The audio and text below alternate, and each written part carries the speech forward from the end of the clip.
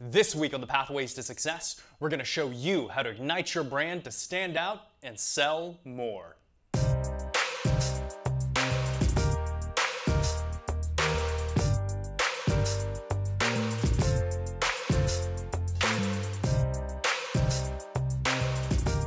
What's happening, everyone, and welcome to the first ever video recording of the full episode of the Pathways to Success podcast. I'm here with a few special guests. Number one, I've got my man, Jason Croft, legendary video marketing strategist, also featured on episode... That's a great question. Yeah. One of them. And Jason... I stopped watching after my episode. And Jason, I owe Jason so much. I've been very public about this, is that he has been my teacher and mentor when it comes to podcasting, and I literally wouldn't have a podcast if it wasn't for his help. So thank you very much for being on the show and co-hosting and guesting for us here today. Glad to be here. So my featured guests are the founders of MOAR Creative, Greg Keathley and Jensen Hall. Welcome, man. Thank you. Thank you. We're excited to be here. Awesome. Glad. So give us a little bit of context in terms of what MOAR Creative is. Yeah, so MOAR Creative, we actually just celebrated our 2-year this month. Congrats, man. And thank you. We're a brand ignition agency. So let me break that down a little bit. Basically, we want to help brands reach their maximum potential. So we want to ignite the spark within them, and we do that through kind of the full range of creative services. And I love that tagline. I saw the tagline on your that brand igniter. That's really good. Do you like that? Oh, good. That means it's working. Yeah. We're trying it out. I thought that was going to be, you like that? Really? Yeah, wow, all right. We were about to get rid of that. Seeing if it sticks. Yeah, you know, we would like to be a kind of like a one-stop shop for people, so they don't have to like pull in a number of resources to get the marketing done that they want to get done. So anything from website development to actual branding to the logos to the feel to the colors, and then also how do we take this brand that we created and ignite it through video. And so that's the main purpose of what MOAR Creative is all about. So, Okay. So do you guys find yourself a fit for one particular customer or another? I mean, who are you the best fit for? I mean, really, it's anybody who needs kind of the full branding work and package. So for us, branding is comprehensive. It's everything from the look and feel to the way it sticks in a customer's mind, and so it's the whole shebang, so to speak. So anybody who really understands that and is looking to up their game in that department, we're happy to work with them. Gotcha. Okay. How much do you sort of help formulate that brand and story behind, because the artwork, the graphics, and all that, that's the outward facing version of brand, right? How much do you get in there and formulate that with the client, or do you kind of find it with them? Well, we do actually that as well. So we'll sit down and we'll talk through the strategies and their business goals, figure out who they are, what their identity is, and maybe where they're wanting to go. So we'll help with kind of the brand positioning, the brand message, that kind of stuff, which is both internal and external facing as well, and then of course all the visual components that come out of it. So, and I mean, there's only so much you can do, I guess, with a brand, behind someone's brand. We can do the discovery process like we talk about. We meet with the client or we talk with them. We're trying to figure out what their business is all about, and then we develop their story through their brand or what they want to show. But what they do behind that is really what's going to tell the story as well. How they're operating their business and stuff like that. And we can definitely help, focus that in a little bit. But the story behind how they operate and what they do is up to them, I would say. But we can help them focus that in. Sure. We're just putting a face to their name, and they're already good brand. For instance. We had a client that makes multi-million-dollar homes. They construct multi-million-dollar homes, but their website was like in the 90s.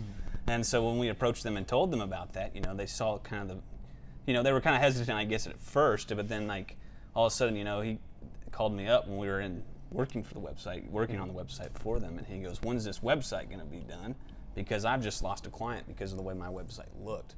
And their website and what their brand was did not match the quality of product or their story to what they were doing. So I mean, if someone can just log on, like I want to build a custom home in Dallas, and log on to their website and see it, and they're like, if this guy's not even caring about his website or his look, Right. why should we trust him with how our home's gonna look? So yeah.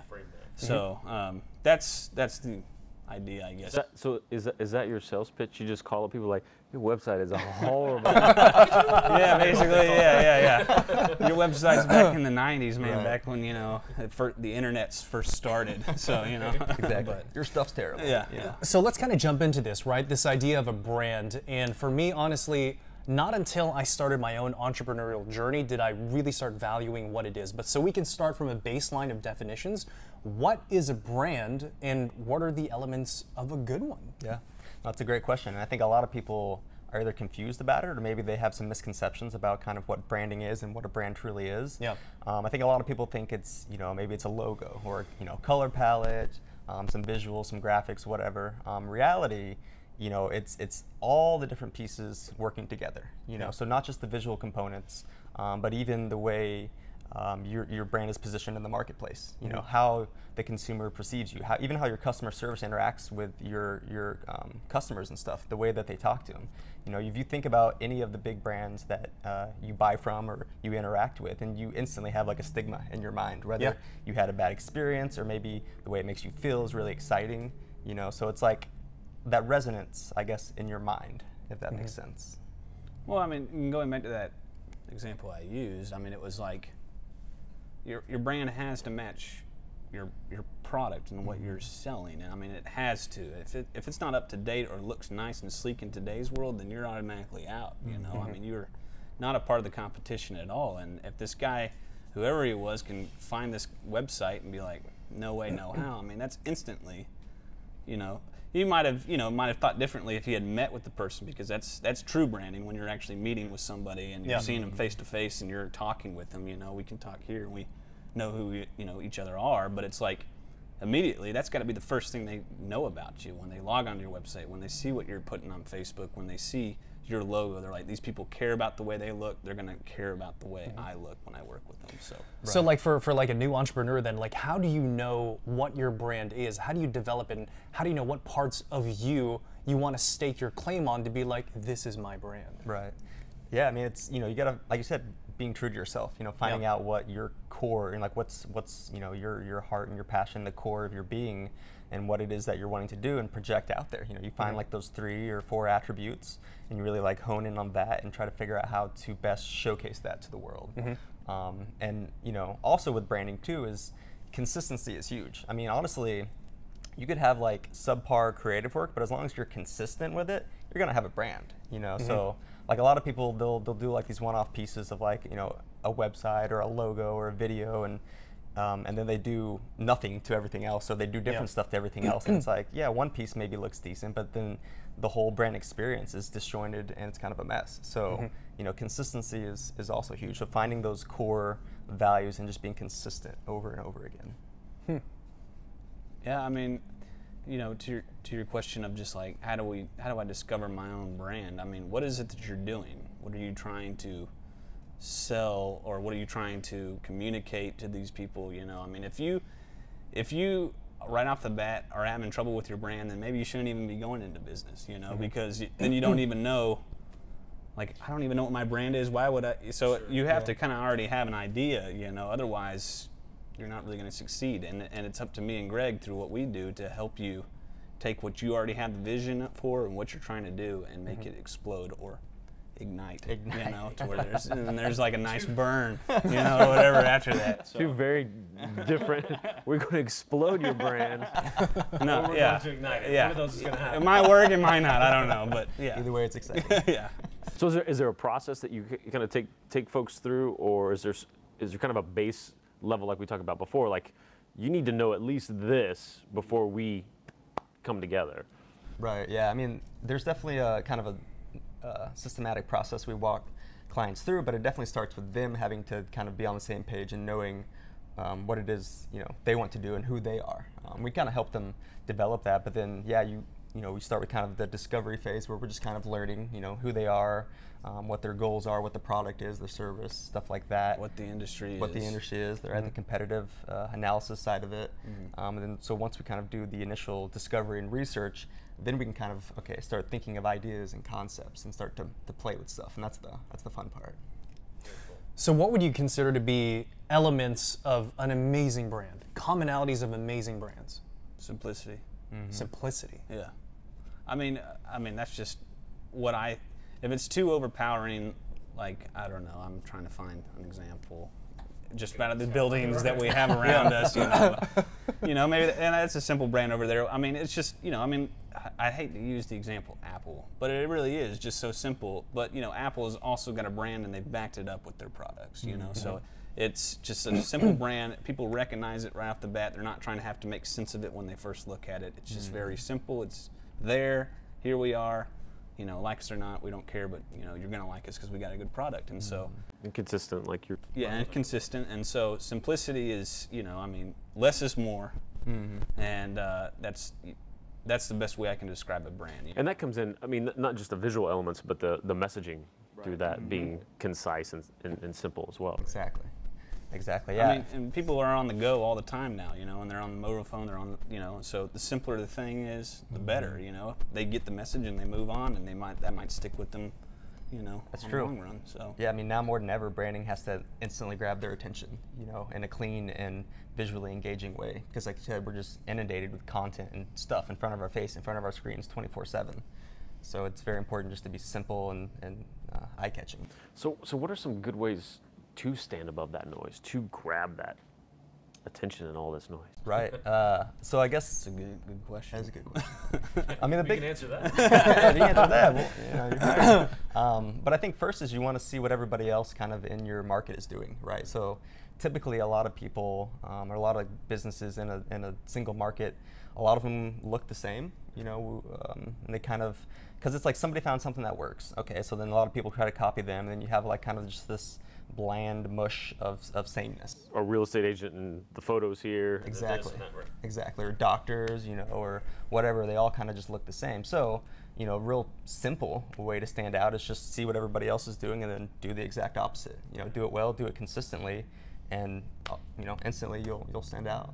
So really what you're talking about is, and what Greg and I will look at is like, what is saturating the market right now? The market within like a doctor or a real estate agent, if they're all doing this one thing, then like, how do we say, okay, what do we not do? Let's not take these components that they're doing and make these people really stand out.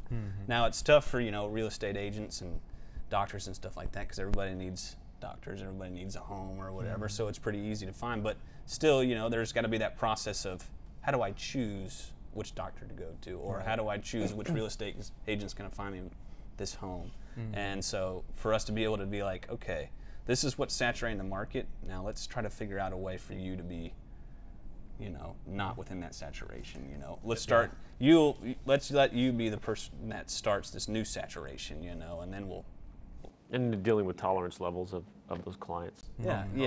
Well, that's the thing. It's a simple concept, but getting business owners to actually buy into that is extremely hard because, they're used to how their industry looks and feels, so that's kind of their safe zone, and trying something totally different is like, well, what if it fails? What if we lose business because of it? And it's a very scary thing.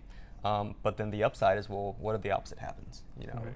And if we're, I'm sorry, go ahead. No, go ahead. If, like we talked about in our discovery process of like discovering who the client is and then looking at the industry, we're not looking at the industry to kind of see like what's working within that industry. We are in a way, but like what could also work within this industry, if we try to change it up a little bit, so take from other industries. Yeah, if we're following what the industry is doing, then we could potentially be in the wrong path, and just fall into another one of these. But we're trying to help people stand out, and that is what we're all about. Since we founded MOAR, it was like to make people look better. That's what we wanted. We've worked for a lot of corporations where it's just been the same mundane thing. But or we work for a corporation where someone has told us, we do this, we're not a shoe company. And we're like, but you could be like the first shoe company of this industry, you could be the Nike or the Adidas of this industry. Like, why aren't you thinking outside that box right now? And you could potentially be, within that industry, the best possible, so it's just that mentality and that thinking of, and Apple's done it, just how do we do it different? And so that's what we're trying to do. Right. Cool. If any of that made sense, that's great. No, I made sense. So once, let's say, a company has clarity in terms of what their brand identity is, what they want to stand out, or how they want to stand out, like what are the best ways to sort of communicate your brand to your audience and your customers? So once we kind of figure out, okay, who they are, what their mission is, what their values and what their product is, that sort of thing, then it moves into the actual kind of creative work and the actual visual component of the brand, which is a lot of fun, but also like there's multiple right answers. You know what I mean? Like typically there's not like one look and feel that's going to work for a company. And then there could be multiple answers that either one could be really good options. So then you kind of develop these identities and you kind of work with the client to see what they're feeling. And then as you kind of start to solidify the visual and messaging portion of the brand, then it's about, okay, well, how do we then get this out to the public? You know, what kind of channels and what kind of methods are we using to then communicate this, this appearance to the public? And the good news is that there's a lot of channels nowadays. I mean, there's social too media. many. It's just a lot, and that is what the good news is that there are so many avenues now through social media, you know, blog writers, people testing the products that you're doing to get your message out there. But it's got to be a consistent message, and it's got to look good. It has to. I mean, you know, the face that you are putting with what you're doing is important. It's very important. You know, I mean, we've all got faces, right? You know, but it's behind the actual person that we are that's important really too. But at the first glance, what do the people see before you start talking and delivering your product yourself? It's your face, and that's what we're trying to do. And again, if that made sense, I don't know. So if there was like a baseline essential, would it be, and let's say for our audience you have to pick 3. Is it like a website? Is it the social presence? Is it video? What would you recommend? I mean, first you got to start with the logo, right? I mean, that's just kind of the basic branding. You know, that's how people are going to see you and recognize you. It's going to be your most iconic element of your brand. So really having a solid logo, but then at the same time, a logo is just a logo, right? So one of my favorite designers, Michael Beirut, he talks about this a lot too. Like you see the Nike swoosh and it's just a little simple check mark, but because of all the connotations and stigma that we have with the full brand, the experience, the product, how it makes us feel, you know, we can run faster because of the shoes or whatever that is, like just seeing that simple mark all of a sudden creates all this visual stuff in our heads. Well, it's emotion. Exactly. Yeah, I mean, it triggers it, right? Exactly. Because they've done all of that work behind it. Exactly. So while a logo is important, super important, at the same time, it's just a logo, if that makes sense. It's a piece of the puzzle. And then beyond that, I'd say a website probably would be the next thing. Just in today's day and age, where you know, if you're looking for a company, you're looking for information, what's the first thing you do? You grab your phone, you know, or you hop on the computer or your tablet and you Google the company. Yeah. So having a strong website is going to be the next thing. What would you say a third component would be? Well, I mean, just content to support all that stuff and get it out there. I mean, we provide you, you know, I don't want to get the misconception that we're like doing the SEO for you guys. You know, we're not. We're just here to give you the elements to be able to like grab it and say, okay, now I've got all these other things in place to do this stuff. You know, so, you know, social media content, videos to help, you know, on the social media content and stuff like that. You know, through YouTube, Facebook, and all that. So I mean, it depends, and within our, you know, with what we do, I mean, we've got different levels of products that, you know, we survive, you know, like through packages and stuff. But you know, I'll give another example of a client that we just recently met with. They're trying to develop a product, but they're not seeing the value in putting the money or whatever into the logo at first. They're like, we want to sell the product, but you know, we want people to be able to use this product, and so why would we put the money all into this first? And I'm like, because what if, you know, your product might succeed, but 5 years from now or 3, you're like, we have nothing really to actually. So now we're going to go back, or maybe we'll just get a simple logo, you know, that doesn't really mean anything. Now we got to go back and rebrand everything, which costs even more work. And now your product that everybody's been used to, you're rebranding that or whatever. And yeah, exactly. So from the start, I mean, let's just do it right, and let's get a nice solid. You might be able to make tweaks along the way to your logo, but it's not going to be that much different, you know. So start from the beginning and let's get the good foundation going. You know, that cornerstone that you can build upon. Right. And you know, whether you believe it or not, you know, and that's fine. You know, a logo is important, and your branding is important. You have to stay consistent with it from the beginning. So and to that point too, I think a lot of people look at design or creative work as kind of like luxury, as like, oh, it's a nice to have, but we don't really, you know, need it, or just making pretty pictures or whatever. We get that a lot, like, oh, you know, it'd be nice to have that, but you know, it doesn't need to look good, it just needs to work. Which I think is a huge misconception, because you know, design is not just how something looks, it's how it works, it's how it makes you feel, it's order, from the chaos. And another one of my favorite designers, Frank Camero, he also says, good design is obvious, but then great design is transparent. Like you're not even aware. Good design is obvious. Right. Great design is transparent. Transparent. Okay. So like again, another example, like your smartphone, iPhone or whatever you have is, the design and all that kind of fades away, and you're just interacting with the different apps and the different communication channels and those sorts of things. You're not getting caught up in the trappings of the physical design or the UI design. It all kind of fades away. Just yeah. Which is a mark of really, really amazing design. Huh. Okay. It's an interesting battle too, though, whether it's graphic design, whether it's video, to balance, especially as designers, as creatives, right, to where we know the best that this could be, but what converts? Right. What is that target audience? When does a crappy, simple, plain video convert higher than the big production and all of that? Because sometimes it does, and that's something, that's been an evolution for me to take on. I'm a filmmaker guy, right? Like I've got we've got a level, of quality we need to maintain, everybody. And that's changing every day. Yeah, it's amazing. And it seems to be, we're evolving to this place to where there's a minimum level, right? Like people can hear and see you and it's good and it's professional enough. Right. But there's on certain content, a weekly vlog for a company or something like that, it should be on their phone. It should be simple and simplistic. Even if it's a little more produced than it even looks, there's gold in that, even though our usual approach is like, okay, let's get this set up, let's make this beautiful and all that. Sometimes on the other end, there's just a level of, from the audience, there's a level of like, this is a little too produced. Right. And that's been hard for me to process and take that in fully.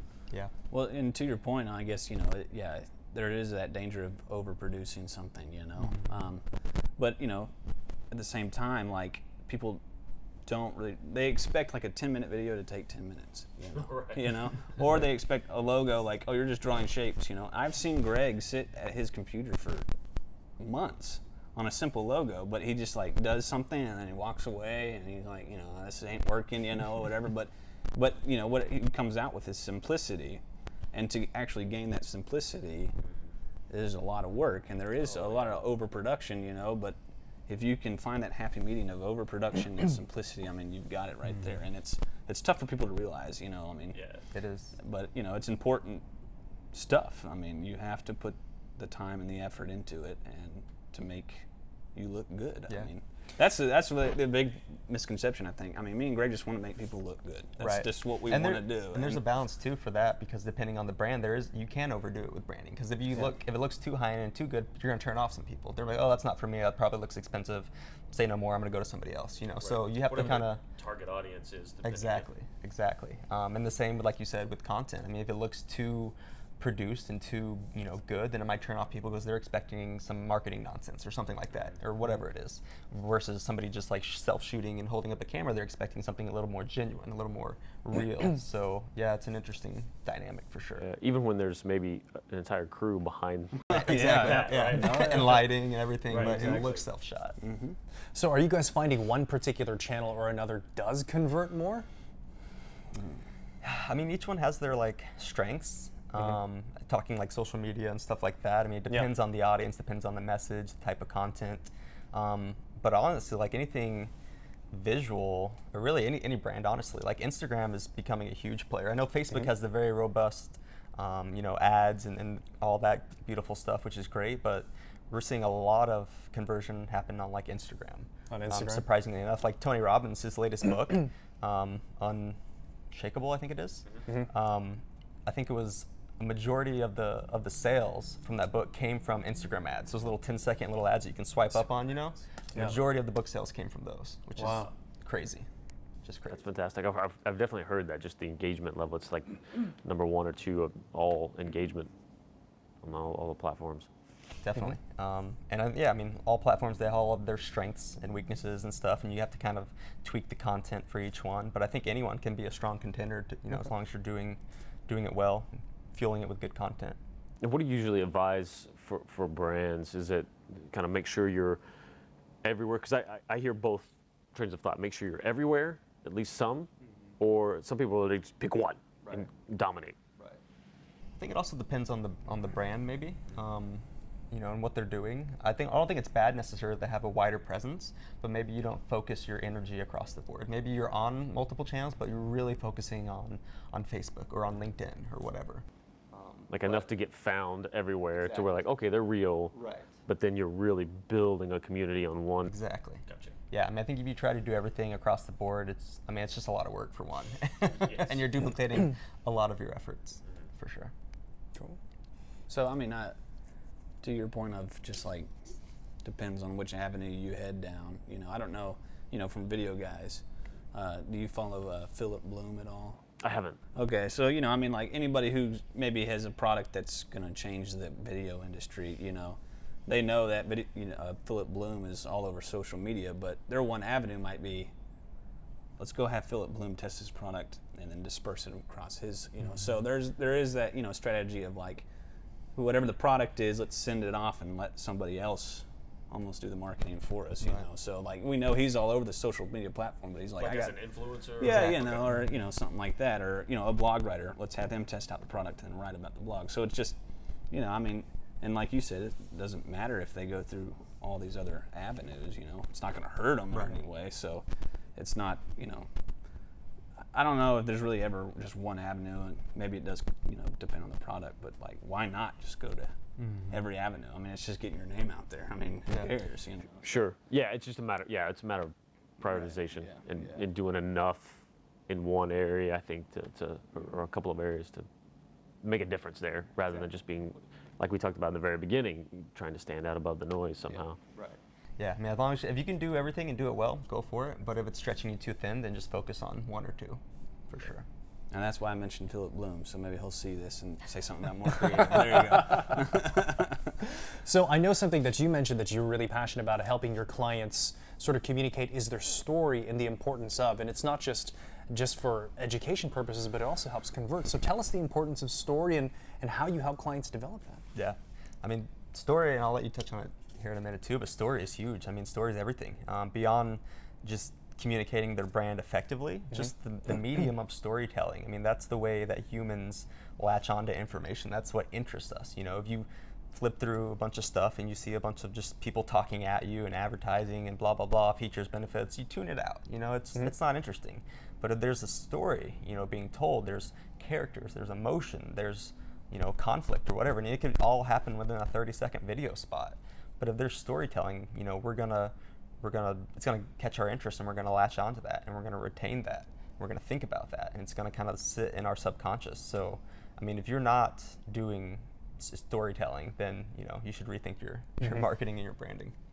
Yeah, and with storytelling, like, I don't know, I've struggled with a lot of like the idea of storytelling, and with video production, it's difficult because you could take, I don't know, 200 takes to get that right take. But for me, I was always like, I'm going to approach video, try it in a different way, and we're only going to take a minimal, maybe 5 takes or whatever, because really you're, by the 5th take, you're kind of starting to get that genuineness of that person, or genuineness of what's happening. And I'd rather capture you being genuine than fake. And so, I mean, Greg's work, we've worked on production before, and Greg's like, are you sure is that a good take? And I'm like, yeah, I mean, that's who this person is, in my eyes and through the lens and stuff like that. So I don't really like try to direct them to the story I want to tell. I'm just going to let them tell the story that they know that they're going to tell. And I mean, you might think something different like that, but you want to try to capture as much genuineness through your storytelling instead of trying to cloud it with, like you said, An agenda. yeah, an agenda or what they want, what you think is best. I mean, and storytelling is just, I mean, really, I mean, you see it through journalism, you see it through documentaries. They're just there to capture the footage and let the story tell itself. And so that's what we want to do. We just want to let the story tell itself. We're just there with a camera lens or a, behind the computer creating your brand, I mean, you're telling us your story, and that's what's important, and that's what we want to try to convey through as genuineness as possible. We're not going to try to lead you down a path that's too advertising, you know. Yeah, I've personally, I've been sort of struggling with trying to solidify, tell your story. Yeah. You know what I mean? Because it's pretty soft. It's a pretty soft directive, and I think most brands, small business, medium business, what does that mean? Right. Tell my story. What does that mean? Yeah. And I've been trying. I don't know if you guys have some of that in place, but trying to make that tangible. What does that mean? Well, it means where you started, maybe whatever that brand is. I don't know that I've found that yet, because I agree. And in a shorthand, yes. I mean, that's everything. If you can tell your story, that's everything. Okay, what does that mean? Well, yeah. Well, and yeah, people look at, and that could be like, maybe story is too big a word or too ambiguous, and they think, oh, I got to have a good story. Well, I mean, it doesn't have to be a good story. As long as you're genuine about what it is that you're trying to do, I mean, that's your story. And so just tell us, you're trying to sell this product, go for it, And so if we're trying to lead, like you said, like, tell us your story, man, that's the wrong way to lead them, just tell us about your product. That's exactly it, because it's one of those things, like they're telling a story. Their brand is telling a story one way or another. And so bringing in someone like you is to get purposeful about that story and get design, look, all of that put together so that they control the story that they go out and tell the world. So is there like an important structure to have in terms of telling your story, a beginning, a middle, and end? You hear of the different kinds of stories that you can tell, the hero's journey, etc. Like, what are some of those components that are sort of a must-have in communicating your story effectively? Okay, so I just recently watched a documentary on HBO called The Defiant Ones. Have you guys seen that? Yeah. It's really good. It's about Dr. Dre and Jimmy Iovine. I think I said that right. And their story is not, I can imagine these documentaries sitting down and being like, all right, tell us your story. But, I think these guys are like, what do you mean, like, my story? Like, to your point, they're like, I just worked the hardest I could and just did what I needed to do. So there's really not, with video anyway, there's not really a component to, like, the way I work of, here's the structure I work. I'm just going to sit down with the person and just unleash. Tell me about what you've done to get to this point. Tell us about this, Feedback. Right. Okay, and, that's an anchor point. Right. That's an anchor point. Yeah, I mean, it's not, every structure's different when you say structure, because, you can't really go in with the same structure for every client, because that structure might not work at all. So, I mean, I try to sit down, be genuine who I am behind the lens as I'm talking to them or something like that, and you just got to feed off it. Kind of like what we're doing here. We just kind of sit down, we're like, let's see what happens. I don't forget what you said when you first recorded, you're like, crazy take, whatever, crazy video, let's go. And so now we're just kind of playing off each other, and that's what I want to do through storytelling. So it's not really a structure, it's just letting it come out naturally. I know for me, at least, coming from a consumer's perspective, some of the most compelling stories that I've seen is whenever whoever I'm listening to a story about, there's a kind of a conflict. There is, I empathize with that person. Like, they become real. They don't become, larger than life anymore. It's like, oh, I can identify with that. Right. So I guess maybe less of a structure, but more of like components of a story. Like what are the things that really make people latch on to a powerful narrative? Right. Well, and I think when you talk to them genuinely, those components come out naturally. They come out organically, right? Yeah. Because the truth is, there already is a story. If you're starting a business, if you're doing anything of note, there's a story there. And that's why I really love exactly. Yeah. So like for me, whenever I interview people, I ask what they're passionate about, and then I just unleash them. That sounds like kind of like what you guys do, but then you communicate it through visual, through aesthetics, through branding, through design, and everything like that. Right. So Exactly. That's cool, man. Yeah. And storytelling beyond just like the actual, like, creative deliverables like a video or something like that. I mean, the brand narrative, there's this whole overarching brand narrative, which is more than just a single video or series or whatever. It's kind of the brand story, the message, what they're all about, even the look and feel. I mean, it all is a part of the story. Yeah. If that makes sense. So they're kind of intertwined, branding and storytelling. Cool. Yeah, and going back to the Defiant Ones thing, because I don't think I really cleared that thought. I could tell through the documentary filming that they were just like letting these guys just talk and just go, and like then they came back to the editing room, and so they might have queued them up with a few questions, but these guys were just like, here's what we did, and there wasn't really probably any structure to where they just asked questions, you know. I mean, it was just kind of like, let's just talk about Dr. Dre for a minute, you know. And he was like, okay. And granted, it's Dr. Dre, and he's been through a lot, but you know, it's just. Right.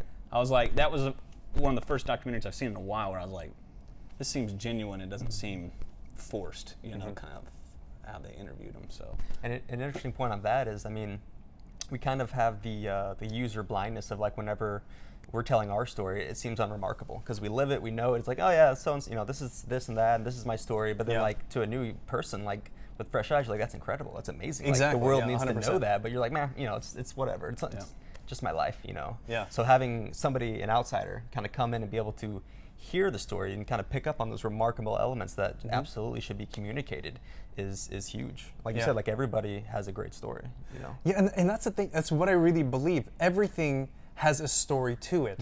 Like if you're traveling through time, there's automatically a story there. Right. It's really up to you to help kind of unleash that and to help tell it. So for people who think they don't have a story worth telling, that's just not true. Right. Right? yeah, it's not. No. Yeah. I think that everybody has a story, and it goes back to your point of, tell us your story. And they're like, it's not interesting. Right. Yeah. Why am I going to tell you this? Tell us, No, just tell us, and it will come out naturally. And if you're genuine to them behind the lens instead of trying to force them into something, it's going to come out a lot easier. Yeah, So. and I know the word is used a lot, but I really think authenticity. You know, you don't Yes. have to dramatize your story. If anything, the conflict that's real to you is the most powerful part. Right. So yeah, I think authenticity is a big piece. So Yes. Absolutely. That's. I mean, that was like the biggest thing for any company that I've worked for. You know, I mean, there's been, you know, we had the same boss at one point, but it was like, he's like, "Are you sure that's what you want?" And I'm like, "Dude, I mean, that's their story, and we're gonna make it work. It's our job to make that work now, you know, in the editing room." So I feel like comfortable enough that I got what I needed because they were honest with me, and this is how it's gonna work. So there's not, you know, I don't try to make too much structure into it, you know, and just capture it. That's what I'm there. That's what the camera's there for. So, but yeah.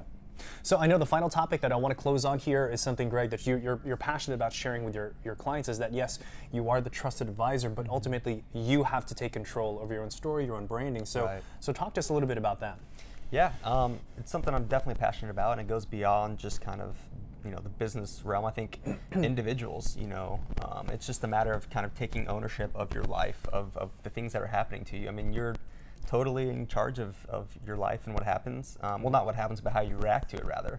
And so, you know, you get a lot of times people that complain about certain things in their life, whether they're stuck in a job or this or that, and it's like, you have control of your life. Change it. If something's making you unhappy, do something about it. You know, or if you want to build this awesome life for yourself, well, get started, you know, put in the work. I think too often people get complacent. People, you know, they get beat down, and just kind of, they're content to settle, you know. That's, for me, that's the biggest thing, is like I see so much potential like everywhere, in people, in companies, and brands, like, and I want to see the full potential be unlocked, you know, for whatever it is. And I think also we're kind of conditioned from an early age to play it safe, to play by the rules, you know, to live in a box. Like, you think of school, better part of your life growing up is from, you know, school through college, is you're conditioned to do something and you get a reward. You know, you study, or you like get facts, remember facts and regurgitate them on a test or whatever, and you get a good grade. And all throughout college, and even then you enter into the corporate world, it's kind of the same dynamic. Like, you have a boss, you have that professor, that kind of head person, and you act a certain way, you do a certain thing, you get rewarded. You know, you get a paycheck, or you get a raise, or a promotion. And I think once you realize that structure doesn't actually have to exist in your life, if you realize that there aren't really any rules holding you back from what you want to do, then it's very freeing. And oftentimes I think it takes kind of an earth-shattering moment in somebody's life for them to realize that. So a few years back, and I don't talk about this very often, but I went through a divorce. And it's one of those things where it's like, you had this framework for your life, and you kind of just thought this was the bubble that my life was. And then the moment it kind of gets cracked and shattered, then you know, it's kind of freeing, because then you realize, well, okay, well, what other things am I taking for granted that in reality are you know, not how it is. And so then anything becomes possible. You know, sky's the limit. That's wonderful. So that's wonderful. Yeah. No, it's just the most empowering way to go forward in your life, for sure. And I guess the way I kind of deal with that, I'm a Christian, and I have gone about my day-to-day not to work for my boss, right? There's a good story my dad shared with me a long time ago about this butler, and this butler worked for a very rich man. And all of a sudden, one day the rich man went blind, but the butler still polished the floors every single day. And this visitor came to the house and walked in and noticed that the butler's polishing the floors and says, "Why are you doing that? You know, the guy you work for is blind. He doesn't even care about how the floors look." And he goes, "Because I never did any of the work for him. I did the work as if Jesus Christ was about to walk across this floor, you know." And so you're talking about never settling.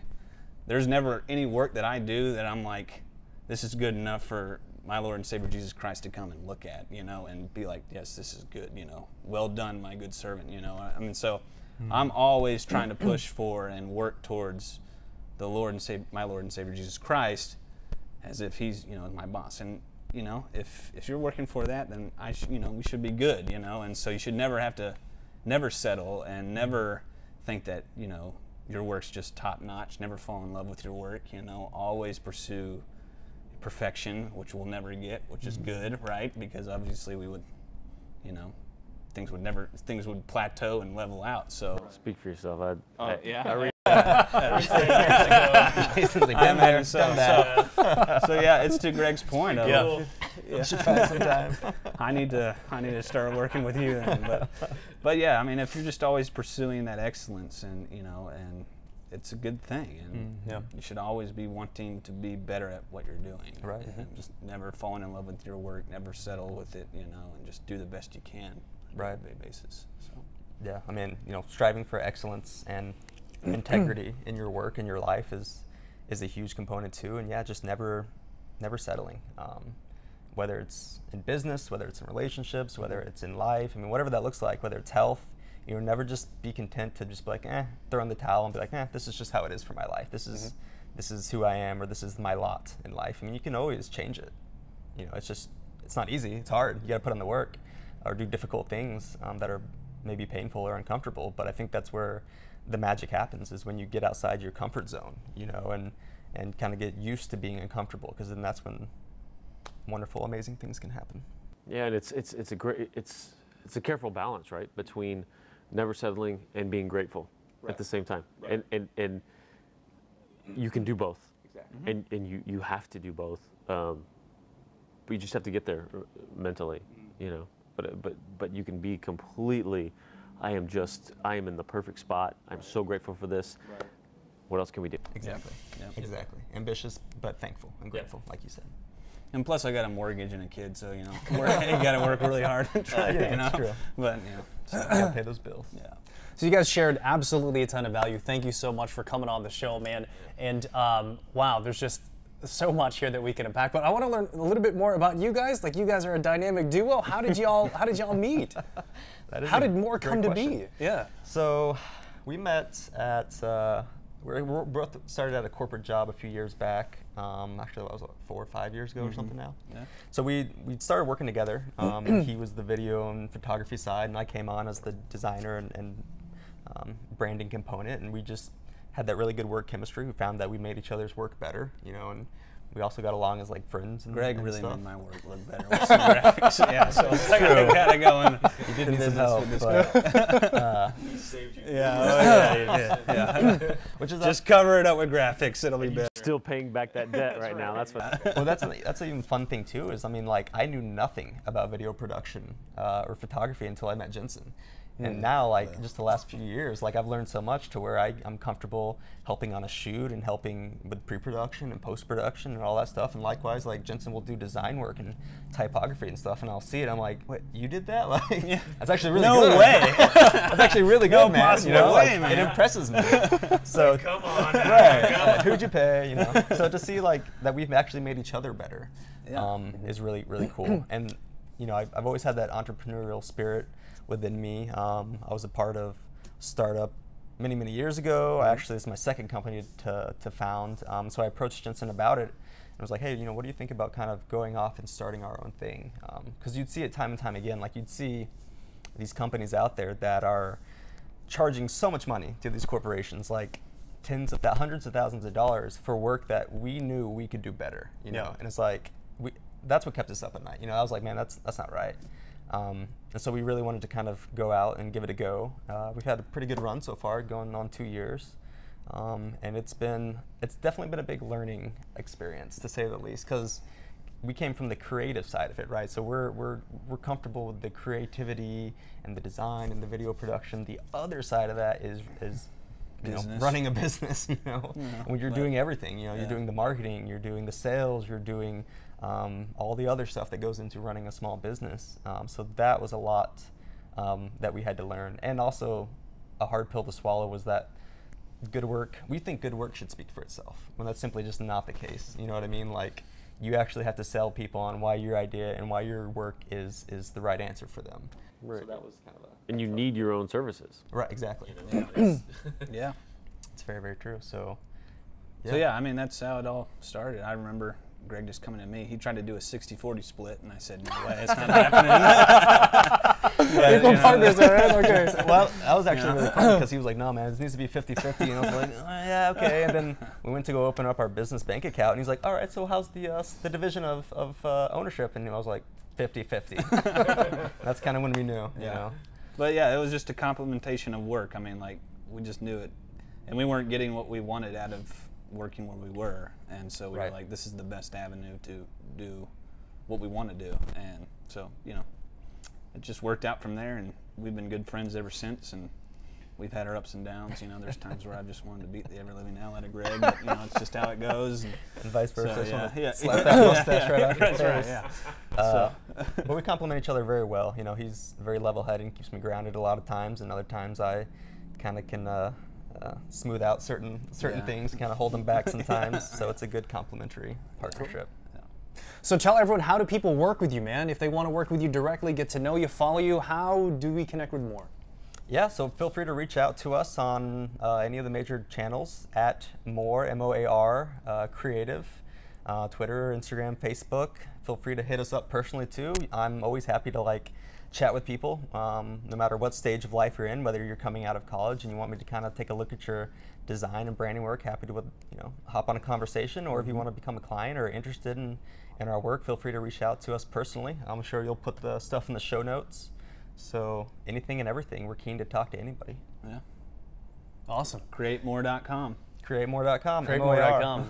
Everyone, make sure to check them out. I want to thank my special guest, Jason Croft. There was so much that happened behind the scenes here that I had the inability to do. So grateful for you to be here. Y'all are amazing. I'm so glad to know you guys, and I can't wait to see all the amazing things that you guys bring into the world. And please connect with MOAR. So thank you all for tuning into the first ever full video recording of the Pathways to Success podcast. Make sure to subscribe to the podcast, share this out with everyone you know, and we'll see you next week on the next episode of the Pathways to Success.